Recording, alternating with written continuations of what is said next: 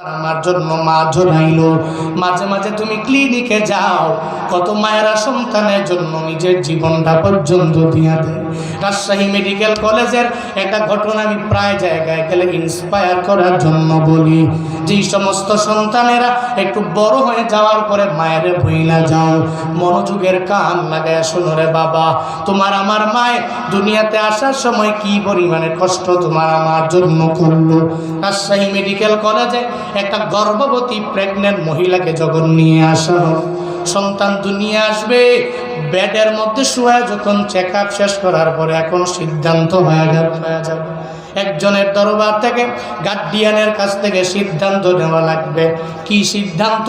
বলে মাটাকে দুনিয়াতে বাঁচায় রাখতে চাইলে সন্তানটারে পাওয়া যাবে না, যদি সন্তানটারে চায় তাহলে মাটারে পাওয়া যাবে না। সিদ্ধান্ত একটা নেওয়া লাগবে, হয়তো একজনের বাদ দেওয়া লাগবে, না হয় আর একজনের রাখা লাগবে। একজন থাকবে, একজন দুনিয়া থেকে বিদায় নিয়ে চলে যাবে। এই সিদ্ধান্ত নেওয়ার জন্য এবার ওই মহিলার জিজ্ঞাসা করে, আপনার স্বামী কোথায় জানা দেন? বলে আমার স্বামী ওই দেখেন হসপিটালের বেডের এক পাশে দাঁড়ায়া ওয়েটিংয়ে আছে, সন্তান কোনটা দুনিয়ার মধ্যে আসবে। সন্তানটারে পাওয়ার পরে কুলের মধ্যে নিয়ে একটা বাবায় কি পরিমাণে বান্দা খুশি হয়ে যায়। এটার জন্য আমার স্বামী হসপিটালের পাশে দাঁড়ায় ওয়েটিংয়ে আছে, অপেক্ষায় পড়ে আছে, ওখানে যান না। ডক্টরেরা চলে গেল, ওখানে যায় যখন বলে আপনি মহিলার স্বামী নাকি? বলে হ্যাঁ আমি ওই মহিলার স্বামী। বলে ও স্বামী, আপনার মহিলার ব্যাপারে মানে আপনার ওয়াইফের ব্যাপারে একটা সিদ্ধান্ত গার্ডিয়ান হইয়া আপনার দেওয়া লাগবে। বলে কি সিদ্ধান্ত? বলে বউটাকে চান নাকি আপনার সন্তানটারে চান? বলেন না, একজনরে বাদ দিলে আরেকজন পাবেন, ওইজনরে বাদ দিলে একজনরে পাবেন, দুইজনের একসঙ্গে পাওয়া যাবে না। একজন বাবা হইয়া যখন এই কথা শুনতে পারি, বাবা হইয়া তো জীবনেও বলতে পারবে না সন্তানটারে বাদ দিয়া দাও, আমার বউ লাগবে, এটা জীবনেও কোনোদিন কোনো বাবা বলতে পারবে না। বাবায় কিছু বলে না, বাবার ডানে তাকায় বামে তাকায়, কিংকর্তব্য বিমূঢ়ের মতো হয়ে গেল, কিছুই বলতে পারে না। ডক্টরেরা একবার দুইবার বলার পরেও যখন কিছু বলে না, এবার ডাক্তারেরা বলে এই জায়গায় দাঁড়াইয়া সময়টাকে দেরি করা যাবে না, সিদ্ধান্ত যা নেওয়ার আমরা সবাই মিলে সিদ্ধান্ত নিয়ে নিব, আর গার্ডিয়ানের দরবার থেকে সিদ্ধান্তের প্রয়োজন নাই। দুইজনে এবার রওনা। ডক্টরেরা যাইয়া ওই শয্যাশায়ী মায়ের পাশে নিয়ে দাঁড়ায়, চিন্তা ভাবনা করে দুনিয়াতে বৃক্ষ বেঁচে থাকলে অটোমেটিক ফলও আশা করা যাবে, যদি বৃক্ষই না থাকে তাহলে ইন ফিউচারে ফলও পাওয়া যাবে না, বৃক্ষও চলে যাবে, ফলও চলে যাবে। এর মানে বোঝা গেল ফলটা মরে গেলে অসুবিধা নাই, 1 বছর পরে পরে ফল আবার বৃক্ষ গাছ দিয়া দিতে পারবে।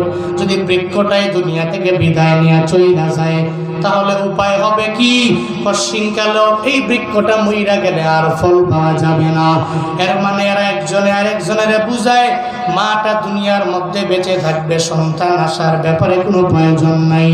যখন একজন আরেকজনের বলে, ওই শয্যাশায়ী মাটা কানের বরাবর যখন এই ধ্বনিটা যখন প্রতিধ্বনিত হয়ে পৌঁছায় গেল, একজন মা তো সন্তানের জন্য কত পরিমাণে মায়া রে বাবা। ওই মায়ের চোখের পানি ফালায়া ফালায়া অটোমেটিক পানিগুলো গড়ায় গড়ায় পড়ে। হসপিটালের ডক্টরদেরকে বলে, ও ডক্টরেরা আমার দরবারে আসো, কি সিদ্ধান্ত নিয়ে নিলা আমারে জানায়া দাও। বলে সিদ্ধান্ত নিয়ে নিছি, আপনি দুনিয়ার মধ্যে বেঁচে থাকবেন, আপনার সন্তান আসার প্রয়োজন নেই। ওই মা জানায়া দেয়, ও ডক্টরেরা না না, আমি মা দুনিয়াতে আসমান দেখলাম, জমিন দেখলাম, দুনিয়ার সমস্ত নিয়ামত দেখলাম, আমার কোনো কিছু দেখার আর প্রয়োজন নাই। সন্তান আমার দুনিয়া আসবে, আসমান দেখবে, জমিন দেখবে, দুনিয়ার সমস্ত নিয়ামতগুলো আমার সন্তান ভোগ করবে। আমি মায়ের জন্য চোখের পানি ফেলে মুনাজাত ধরে দোয়া করবে, আমার আর কিছু লাগবে না, লাগবে না, আমার প্রয়োজন নাই। ওই মা সঙ্গে সঙ্গে জানায়, ও ডক্টরেরা তোমাদের ডিসিশনটারে তোমরা পরিবর্তন করে নাও, আমি মা দুনিয়ায় থাকবো না, আমার সন্তান দুনিয়ায় থাকবি। যখন তার বাবার দরবার থেকে আমি মায়ের ব্যাপারে স্যাক্রিফাইসের ব্যাপারে জানবে, তখন সে চোখের পানি ফেলায় যদি রবের দরবারে দোয়া কইরা দেয়, আমার সন্তানটাকে আমি গর্বের মধ্যে নিয়ে আমার মাওলার দরবারে আবদার জানাইলাম, আল্লাহ গো একটা সন্তান তুমি যদি আমায় দাও, আমি মাদ্রাসায় পড়ে হাফেজে কোরআন বানায় দিব। আমি এমনকি কত রাতের বেলা আমি আমার স্বামীরে জানাইলাম, স্বামী আমার, স্বামী গো আমি যদি দুনিয়া থেকে বিদায় নিয়েও যদি চইলা যাই, আমার সন্তান দুনিয়া আসার পরে ওরে মাদ্রাসায় পড়াবেন, স্কুলের বারান্দায়ও নিবেন না, একটু হাফেজ বানায় দিবেন, একজন আলেমে কোরআন যদি বানায় দিতে পারেন, আমি মায়ের মনটা বড় শীতল হয়ে যাবে। তখন মা জানায় দেয়, আমি মা দুনিয়া থেকে বিদায় নিয়ে যাওয়ার পরে আমার হাফেজে কোরআন সন্তান যদি হয়ে যাইতে পারে, সিনার মধ্যে 30 পারা কোরআন ঢুকায় যদি মায়ের জন্য রবের দরবারে আবদার জানায়, ও দয়ার মালিক আমার মায়ের কবর জান্নাতের বাগান বানায় দাও, আমি মায়ের জন্য তখন কত পরিমাণে প্লাস পয়েন্ট হবে জানি না ডক্টরেরা। আমার সন্তানের দোয়ার বদৌলতে আমি মায়ের কবর যদি জাহান্নামের গর্ত হয়ে যায়, সন্তানের দোয়ার বদৌলতে আল্লাহ পাক আমার কবর জান্নাতের বাগানে পরিণত করে দিবে। সন্তান যদি দোয়া করে আমি মায়ের কবর জান্নাতের বাগানে পরিণত হবে। সো দুনিয়াতে আমার থাকার দরকার নেই, সন্তানটা আসুক। এমন স্যাক্রিফাইস সন্তানের জন্য মায় করে কি করে না, বলে না কেন, করে কি করে না? ঘটনা তো একটা, এমন ঘটনা অহরহ আছে না নাই, ঘটে। কিন্তু কপাল পড়া দুনিয়াতে আসার পরে মারে ভুলে যায়, আল্লাহরই ভুলে যায়, আব্বা আমরা আরো আগে তো ভুলে যাবো। আল্লাহ পাক বলেন, এজন্য আনিস করলি 1 নম্বরে তুই আমার শুকর আদায় করবা, 2 নম্বরে মা বাবার শুকর আদায় করবা। 1 নম্বরে রবের শুকর, 2 নম্বরে মা বাবার শুকর।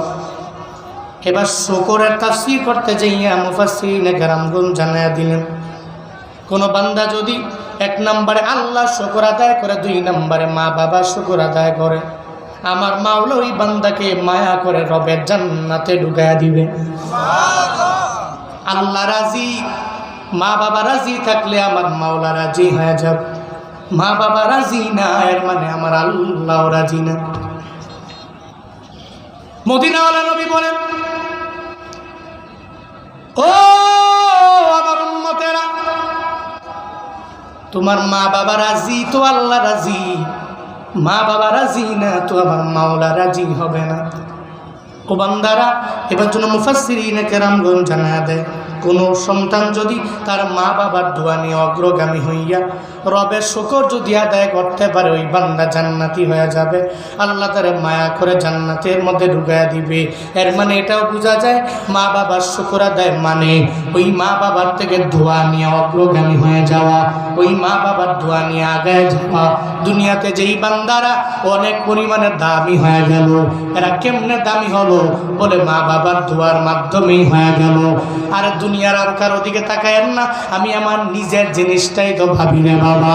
এই যে পুরা বাংলাদেশে ঘুইরা ঘুইরা বিভিন্ন জেলায় জেলায় বয়ান করি, আমার ইলিম নাই, আমলের ধারে কাছেও আমি নাই, কোনো পুঁজি আমার নাই।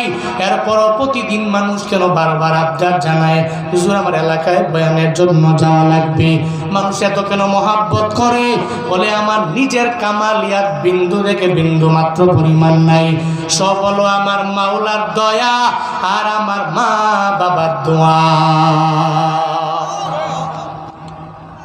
পৃথিবীর যত বড় বড় স্কলার, এত দামি স্কলার যারা হয়ে গেল, একটু ব্যাকগ্রাউন্ডে দেখেন, সব হলো মা বাবার দোয়ার বদৌলতে হয়ে গেল।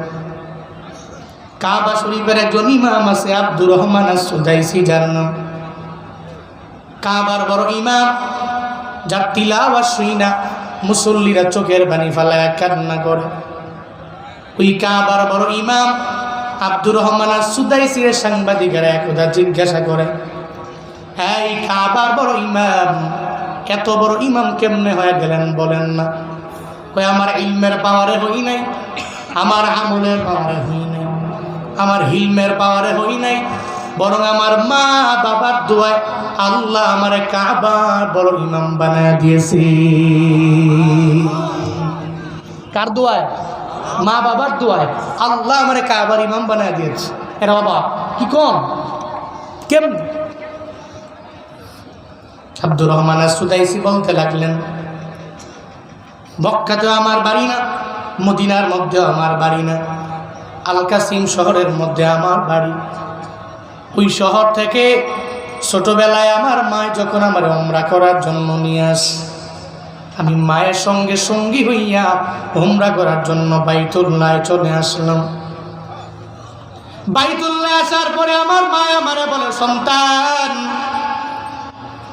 এই বাইতুল্লাহ বড় দামি ঘর, এই ঘরের সম্মান তুমি বজায় রাখতে পারবে না। আমার মা আমার সঙ্গে করে লইয়া মাথা ফেরে এক সাইডে নিয়ে দাঁড় করে রাখে। মা আমার সঙ্গে করে নিয়ে তাওয়াফ করে না। মা কয়, আব্দুর রহমান রে, এই বাইতুল্লাহ বড় দামি ঘর, এই ঘরের সম্মান বজায় রাখা লাগে। বেয়াদবি হয় এমন কোনো কাজ এই বাইতুল্লাহর সাথে করা যাবে না। আব্দুর রহমান এক সাইডে দাঁড় করায়া যখন মা একা একা ঘুরে ঘুরে দুইবার যখন তাওয়াফ করে নিল, সন্তানটা কি আছে কি নাই নাকি হারায় গেল এই ব্যাপারে দেখার জন্য যখন যায়, যাওয়ার পরে তাকায় দেখে আব্দুর রহমানরে যেই জায়গার মধ্যে রেখে আসলাম ওই জায়গার মধ্যে নাই। এবার মায়ের মনটা তো এমনিতে উতাল পাতাল হয়ে যাওয়ার কথা, এটাই তো স্বাভাবিক ব্যাপার। বলে, সন্তানটার এক জায়গার মধ্যে আমি রেখে আসলাম, ওই জায়গার মধ্যে কেন নাই? এত ভিড়ের মধ্যে যদি হারায় যায় তো মায়ের মন তো মানায় না। মায়ের মনে মনে চিন্তা ভাবনা করে, একবার যদি আব্দুর রহমান হারায় যায়, আমি কোথাও গেলে আমার আব্দুর রহমানরে আমি খুঁজে পাবো না।